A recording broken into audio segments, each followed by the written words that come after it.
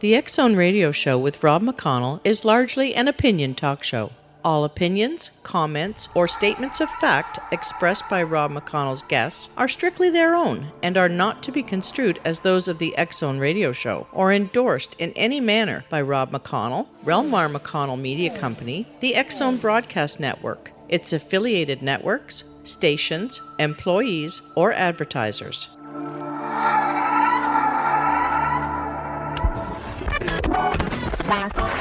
All Hit Radio.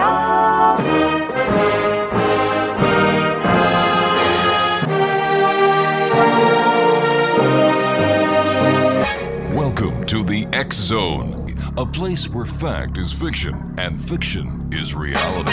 Now, here's your host, Rob McConnell.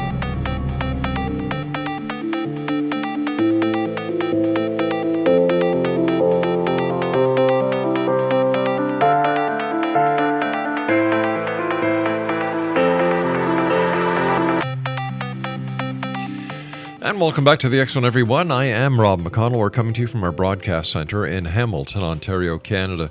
You can always send me an email, xzone at xzoneradiotv.com. On all social media sites, we're X Zone Radio TV. And you can find out what's going on, what has gone on, and what will be going on here on the radio show by going to www.xzonerradio.com. Thomas Carey is our special guest this hour. Anyone who has any interest at all in UFOs knows Thomas. He's a native Philadelphian, holds degrees from Temple University in Bachelor of Science in Business Administration, and California State, Sacramento, a Master of Arts in Anthropology. Also attended the University of Toronto's PhD program in Anthropology, an Air Force veteran who held a top secret crypto clearance. Tom is now a retired Philadelphia area businessman.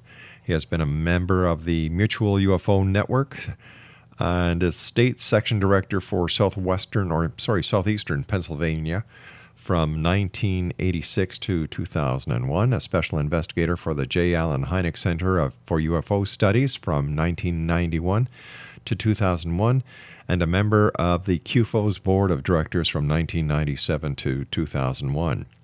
Tom began in investigating aspects of the Roswell Incident in 1991 for the Roswell investigation team of Kevin Randall and Don Schmitt, and since 1998 has teamed exclusively with Don Schmitt to continue a proactive investigation of the case. Tom has authored and co-authored more than 40 published articles about the Roswell events of 1947 and has contributed to a number of books on the subject as well.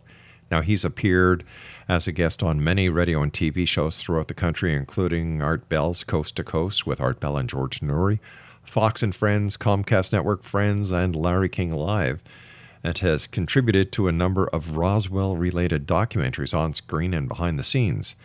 Tom was a consultant and interviewee on the highly acclaimed and rated 2002 two-hour Sci-Fi Channel documentary, The Roswell Crash: Startling New Evidence.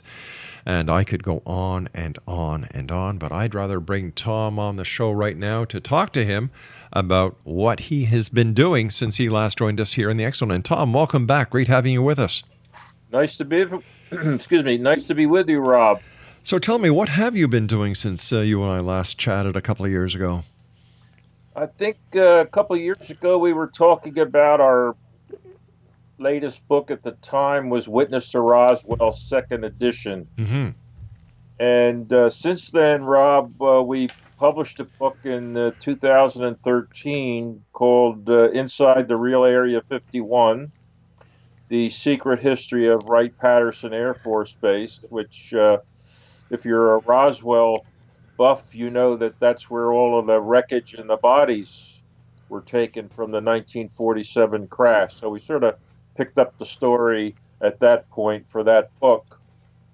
And this year, about 2 months ago, we published it, came out our latest book called The Children of Roswell, the 7-decade legacy of fear, intimidation, and cover-ups. So we've been quite busy. Sure have. Researching the book, and as you know, from writing books. When you write a book, there's a lot involved besides just the writing. And so right now, I'm sort of in the lead of finishing the book and my income tax for 2015. It is that time of year, isn't it? Yes. Tom, you and I have to take a commercial break. Please stand by. Once again, thank you very much for joining us. Always a great pleasure talking to you. Exo Nation, Thomas Carey is our special guest, and we'll continue with Tom on the other side of this break as we continue here in the Exo from our broadcast center in Hamilton, Ontario, Canada. The X-Zone is a place where people dare to believe and dare to be heard. It's a place where fact is fiction and fiction is reality. And we come to you Monday through Friday on the Mutual Broadcast Network, the X-Zone Broadcast Network, Talkstar Radio Network, and across Europe and other parts of the world on the Digital Satellite Network. I am Rob McConnell. We'll be back on the other side of this break. Don't go away.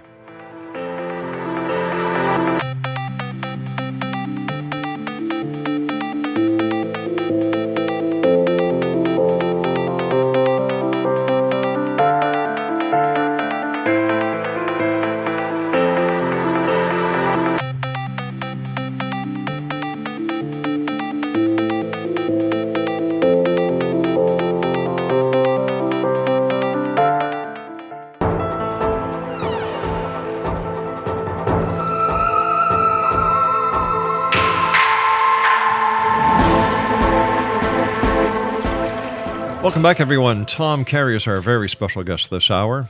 We were talking earlier to Tom about what he was doing since he last was here in the X-Zone, and he's got a couple of new books. The Children of Roswell, a 7-decade legacy of fear, intimidation, and cover-up is out this year. And then in 2013, Inside the Real Area 51, The Secret History of Wright-Patterson. Now, if you'd like more information on Tom, his website is roswellinvestigator.com. Tom, are we any closer to getting to the bottom of the disclosure when it comes to what really happened at Roswell? If you mean official disclosure by the government, my answer is no. I have always stated that there will be no disclosure from the United States government. They have too much to keep hidden in the way of illegal behavior and the fact that they've been lying to the American public for almost 70 years now about UFOs. It started with Roswell and has continued until this day. Now, Rob, I remember going back as far as the 1960 presidential election. That was JFK and LBJ, the Lyndon Baines Johnson and John F. Kennedy, ran for president and vice president in 1960. And I remember distinctly Lyndon Johnson in the lead up to the election talking about how if they were elected, they were going to release information, the files about UFOs. And once they were elected, the subject never came up again. And this seems to be the pattern with presidential politics. Jimmy Carter in 1976 or 77, I remember I was in Toronto at the time. He had said that he was going to release startling disclosures. That was the term, startling disclosures about UFOs when he got into office. And it never happened. Never heard any more about it.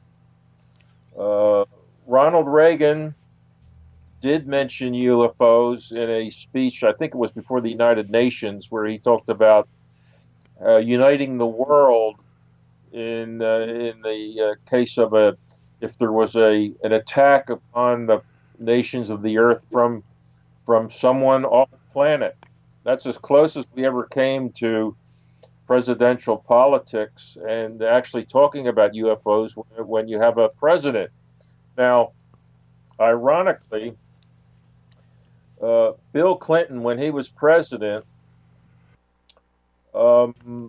Actually, this was, let's see, he left office in 1998. So this was after he left office. He was given a copy of our book, Witness to Roswell, personally hand delivered by Paul Davids, whose father was Bill Clinton's history professor at Georgetown University. And Paul Davids wrote the foreword to our first book, Witness to Roswell, and he hand delivered the book to Bill Clinton. Now, since then, Bill Clinton has been asked several times by various people about Roswell. Mm-hmm. Did it really happen? And it sounds to me like Bill Clinton never read our book, because he said no, he didn't think anything happened, and if anything happened, he'd want to know. Well, if he read our book, he would have known what happened. Well, ironically, Hillary Clinton this year, running for president, Yeah. has mentioned several times on the air, on videotaped interviews, that she's interested in UFOs, that if elected, she will look into the UFO files, Right. and see if there's anything to it. She says there may be something to it, and we may have already been visited. And that's the term that struck with me, because it means to me that she read our book. You know, last night on CNN, they were having a debate, and, this is all after Donald Trump has become the official presumptive candidate for the Republican Party, and there were several on the debate on CNN, and one of them said, what are we going to do? Talk about aliens landing and, all the... Sneering. Yeah, exactly. Why is it taken so lightly? It's a taboo subject. It's still a taboo subject in the mainstream media. I'm not talking about cable TV, Mm-hmm. where there's plenty of information about it, but it's a taboo subject, Rob, from the 1950s, when you had the contactees come forward with their cockamamie stories about being driven around the solar system by our space brothers. I must admit that over the years doing this show, I've had the occasion to meet many people, Tom. A few of them I met while they were wearing tin foil on their head. And then I meet and talk to people like Travis Walton. And then you talk to the investigators like yourself, Kevin Randall. Then you talk to the UFO hunters who, like the ghost hunters, want to do it for the fame and the glory. How little they know about that. And there are times when it seems like it's nothing more than a lot of bunk.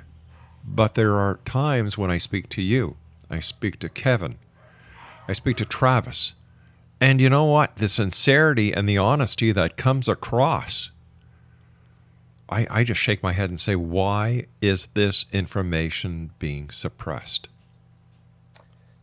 That is a good question.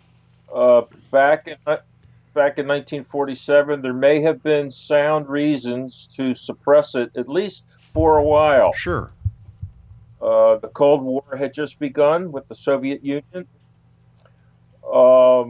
The famous War of the Worlds radio broadcast was still fresh in many people's minds. And the Air Force had no antecedents. They had no prior history with anything like this, how to handle it. And you can understand that until they got a hold of what they had and developed a plan of action for analyzing it and controlling it, they said, well, we got to cover this up, at least for now, because we can't let the people know that we don't know what we're doing on this.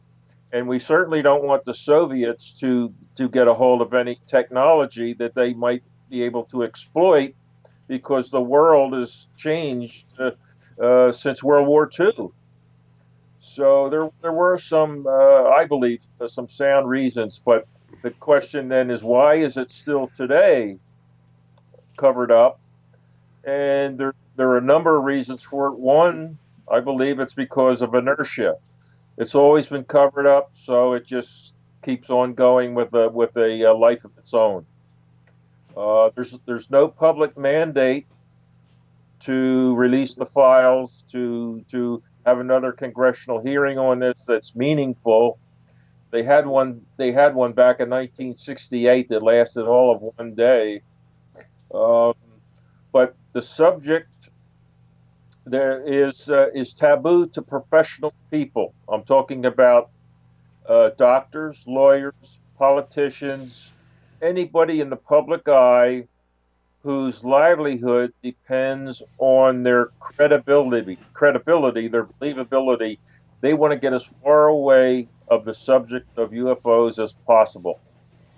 They don't want their names anywhere near mentioned in the same paragraph, let alone the same sentence as the term UFO. So that's why it's still covered up. There's most notably there's no public outcry for it. We can talk because we're interested in the subject. We're not interested in the people who wear tinfoil on their heads. We're interested in what actually happened, and should this be released? Absolutely. And I'm sure you feel the same way. We're conditioned today that most people, even skeptics, will agree that there is, statistically at least, other life in the universe, other intelligent life in the universe. Right. There's so many other galaxies and planets and what have you. There has to be other life out there. The big divide comes when you start suggesting, as Hillary did, that other intelligent life out there may have visited us. And I certainly believe that they have, at least in 1947 when one of their 1947 models crashed. So, and there's been a lot, as you know, ever since. Sure. So the subject has not gone away. And, but would there be a collapse of our financial institutions, our religious institutions? Would people panic in the streets like they did in 1938 for the War of the Worlds radio broadcast? I highly doubt it. I agree. And I think actually knowledge that there is other life out there, some sort of proof, would be welcomed. That's my own opinion. And I agree with it, and I know a number of other people that share your opinion, Tom. Do you think that, let me ask you this, why isn't Hillary being held with her heels to the fire or the coals after the statement she made about UFOs? How come nobody just nailed her on that and said, what do you mean? I'll tell you why. And I believe it's a political reason. If Donald Trump had said it, or any Republican had said it, they would be held to the fire. Hillary Clinton is the mainstream media. The mainstream media is supporting her, so they want to do everything they can not to embarrass her. So they just let that pass. She said it. I was very interested in it. She sounded sincere that she was. It's clear she's interested in UFOs, the subject of UFOs, going back to the mid-90s. All right, Tom, I've got to cut you off here, my friend. I've got to take my news break at the bottom of the hour. XO Nation. Tom Carey's our special guest. Visit him online, www.roswellinvestigator.com. We'll both be back on the other side of this break. Don't go away.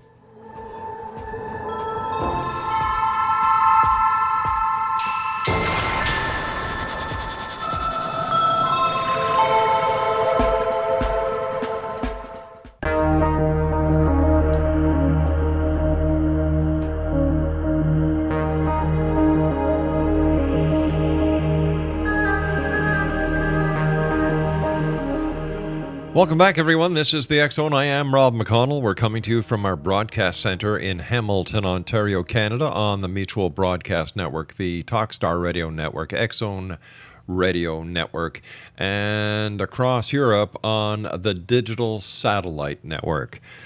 If you'd like to find out more information about our guest this hour, Tom Carey, his website is roswellinvestigator.com. Tom, in your opinion, what is the smoking gun when it comes to the Roswell case? Well, the smoking gun as we have it, uh, uh, we don't have like the search for a piece of physical evidence. We'd love to have a piece of physical evidence. We don't have it. That would be the smoking gun. But in lieu of that, the smoking gun is the Ramey memo. Now, there could be another one. I'm leaving one out, but right now the Ramey memo comes to mind. That is a piece of paper that it's a telex that General Roger Ramey was holding in his hand at the press conference where they said that the Roswell crash was not that of a extraterrestrial spaceship or interplanetary, as the term they used back then, but it was a weather balloon. And at that press conference in his office, there were 7 pictures taken by photographer, 6 by J. Bond Johnson and 1 by someone else whose name escapes me. But 4 of the pictures, 2 of the pictures were of Jesse Marcel kneeling beside a weather balloon and the tinfoil radar target. 4 pictures were of General Ramey, 2 by himself and 2 with his adjutant, Colonel Thomas Jefferson Dubose. Now, if you had all those four pictures of Ramey, you could pick out which one was taken first, second, third, and fourth by how many creases, how many times the telex he held in his hand was folded. The one picture that is of use to us today, and I'm sure Ramey never thought of this back in 1947, is the 4th picture taken, and it's obvious to me that between the 3rd and 4th pictures, he tried to take a quick read of the telex that he was holding in his hand, because it was folded up, and you can almost picture J. Bond Johnson saying, "Okay, General, now I want you to kneel down with Thomas Dubose in front of the weather balloon." And he's got the telex in his hand, and the part that he was reading is facing out towards the camera. I'm sure he didn't realize that, because everything is, happening so quickly. And so the picture's taken. Well, in the early 90s, Don Schmidt and Kevin Randall had, I think it was Dr. Richard Haynes, look into, maybe we can read that memo. Let's try to read that memo. Now, this is before personal computers and photographic software. And so he used basically a magnifying device, and maybe he picked out a couple letters, that was it. So not really successful. Well, later on, in the late 90s and early 2000s, a fellow by the name of David Rudiak out in California, now we have computers and software, and he's a professional optometrist. On top of that, he's able to decipher a lot of the memo. And I'll tell you this, Rob, before I ever heard of David Rudiak, I got my own copy of the Ramey memo. Stan Friedman had scanned copies of it down there at the University of Texas at Arlington. He had scanned copies of it and had them for sale on a disc.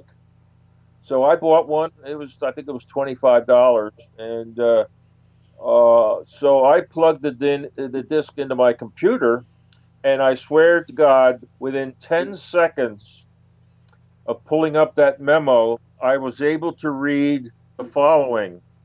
And the first line that I could read said, "And the victims of the wreck you forwarded to the," and next line, blah blah at Fort Worth, Texas. Within 10 seconds, I was able to read that.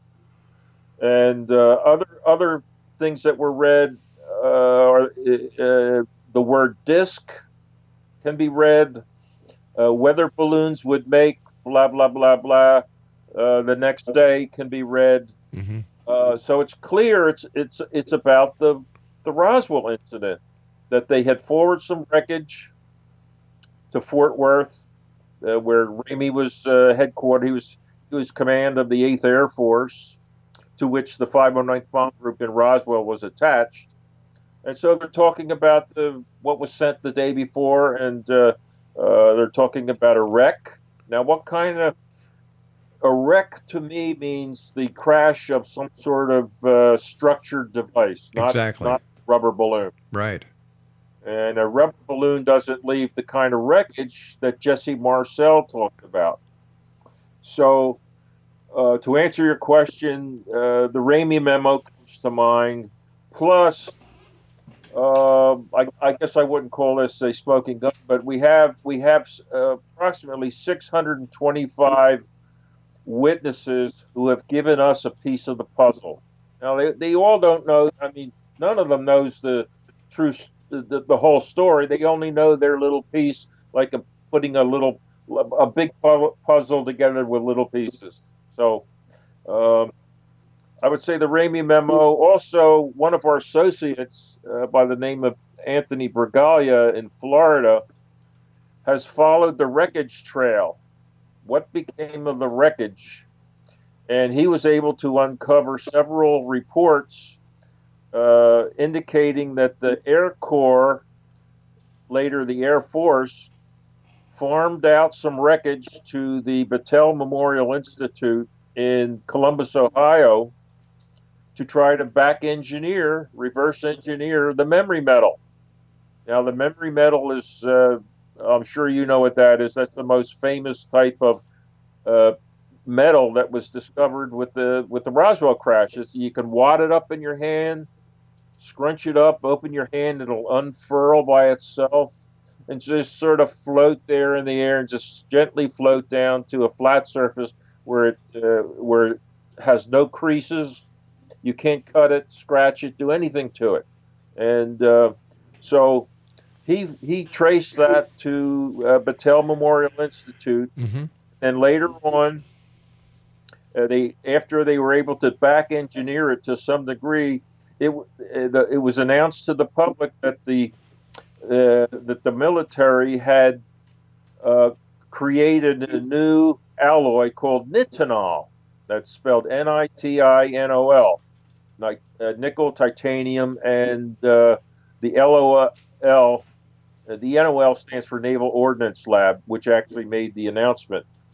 So it's our best attempt at recreating the memory metal from the Roswell crash. It's not as good as the original, but it's our best attempt. It's also called self-morphing metal, and it's used in the space program. It's used in, I mean, you can pull it up on your internet. You can buy it by the roll, by the sheet, by the tube. It's bendable. It goes back to its original shape, but it's not quite as good as the original from the crash, but it's pretty good. Maybe you can help me understand something, Tom. Over the years, one part of the Roswell case has always baffled me, and that is when Jesse Marcel went to the crash site scene, collected some of the debris. Instead of going right back to the base to maintain the chain of custody, he went to his house, let his family touch the material, breaking the chain of evidence. Why did he do that? Well, I'm sure he was not thinking chain of custody. He was thinking, "Oh my God, I've got something here that probably my family, my kid, Jesse Jr. was 11 years old. I want to show them this in the world because they'll never be able to see it again." But what does that tell us about his sense of duty when he broke with proper decorum. Like I said, Rob, I don't think he was thinking at that time. It's like 2 a.m. in the morning. He's driving back Right. from the deep in the desert. He's got a 42 Buick full of wreckage of strange material that Jesse Jr. told us that his father, right from the get-go, believed it was from a flying saucer. He believed that right away, and he wanted to show his family. Now, I would tell you this, Rob, that if that was the only material that was found, certainly the chain of custody was broken. But there was a whole sheep pasture full of it. I understand that, but the fact being that here you have a base intelligence officer who did something that was blatantly wrong, and yet he's held as a hero by the UFO community. I don't understand that. Well, he's held as a hero because without him, there's no we would not be talking tonight. But why do we believe him? Because there's so much corroborating evidence. There's so much corroborating evidence in all the wreckage that was found, the bodies that were found. Okay. We don't need Jesse Marcel to save the story for us. But where is the wreckage then? If there's so much of it, and we don't need. It was taken to Wright Patterson. Okay. And there was also accounts that some of it went to Alamogordo, where White Sands was. Some of it went to Los Alamos, but the bulk of it went to Wright Patterson. And we have witnesses, firsthand witnesses, all along the timeline on that, from the crash site to Roswell to Fort Worth to Wright Patterson. So we have witnesses all along the trail. But how come none of this material has shown up somewhere? Well, the number one, the Air Force or Air Corps, as they were called then, they scrubbed the desert floor. They scrubbed the desert floor of every piece that they could find. Now, out in that area, I've been there many times. Right. You get very high winds, blustering winds. So anything very light is going to be blown miles away. But they cleaned up everything that they could see. But I'm sure that there are pieces out there miles away. But if they're ever found, it's by accident, and it'll be like a needle in a haystack. All right. Let me ask you this, okay? Let me ask you this. The fact that Marcel went home 2 o'clock in the morning, woke up his son and wife because he believed he had pieces of a UFO in his vehicle. The fact that you said that, he had in the Buick, he had tons of this stuff, and then there was still the debris at the crash site. Why didn't he keep a piece? Well, he did. And what happened to it? He kept a piece, and we got this from. I guess we got it from Jesse Jr. and or Sheridan Cavett, who he went out to the site with. Right. He had a piece. Cavett and Marcel were good friends. They played cards. Their families got together all the time, and there's a story that the two families were together, and Cavett and Marcel Sr. went into the kitchen with a piece of this stuff, and they put it in a cooking pot. They put it in a pot, trying to heat it up to see if they could do something with it to make it melt or deform in some way permanently, and they couldn't do it. And according to now, it's either Jesse Jr. or Cavett's wife we got this from. Right. That when they came out of the kitchen, they didn't have it. Well, years later, when Schmidt was talking to Mrs. Cavett. Sheridan Cavett was still alive, and she would often say things when Sheridan was out of the room, like, "Oh, he really did. He was very conscientious and blah blah blah blah blah." Well, Sheridan Cavett butts in. Did you ever try looking under that patio in the back of the house? So you put two and two together that they had this piece when they went in the kitchen. They come out of the kitchen, they don't have it anymore, and he's suggesting that they put it underneath the patio that had been recently poured. Well, we tried several times to, number one, buy that house, but we always missed out on it because the plan is to break up that patio to see if that if it's really under there. Right. And so we missed out on it. We also we offered to the one of the owners. It's been sold several times. We offered to one of the owners that if they would let us break up. It's now the patio is now inside the house as the floor of the family room, and we said we'd like to break up this floor, and we will put back a floor that was better than before. But they didn't go for that. So it's still there awaiting. I hope it's not Geraldo's Capone safe, but it's still there tantalizing us all these years, Rob. So that's that story. Yes, he did keep a piece, and we think he might have put it underneath the patio.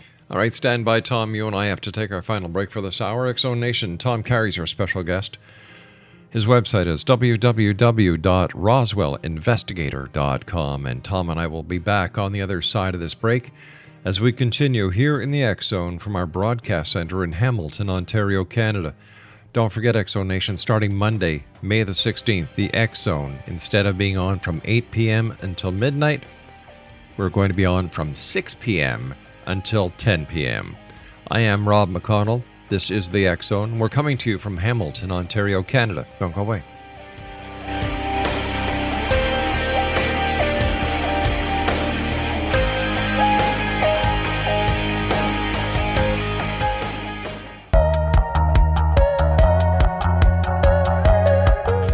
X-Zone Nation, Tom Carey's our special guest this hour, www.roswellinvestigator.com. First of all, Tom, always great talking to you. Thank you so much for sharing your time with us here tonight in the X-Zone. My pleasure, Rob. Always my pleasure. But I do have one. You and I were talking during the commercial break about that piece of tin foil or that piece of evidence that may be in that now family room. And you have tried successfully with others to purchase the house. Even offer to break up the floor and put in a better floor. Is it possible that one of the families or that bought the house did so under the guise of civilians when it might have actually been members of the Air Force who were able to go in and successfully extract that piece of evidence that you're seeking for? That's an interesting scenario, Rob. I never thought of that, but it's entirely possible. I don't think so, but it's anything is possible. Yeah. Especially the behavior that the Air Force has demonstrated in this whole Roswell saga. I would not put it past them, but I do not think that has happened. To be honest with you. Tom, we've got about 2 minutes left. What are your final words to the X-Zone Nation tonight when it comes to the Roswell crash of 1947 and ufology in general? Well, Don Schmidt and I are still on the case.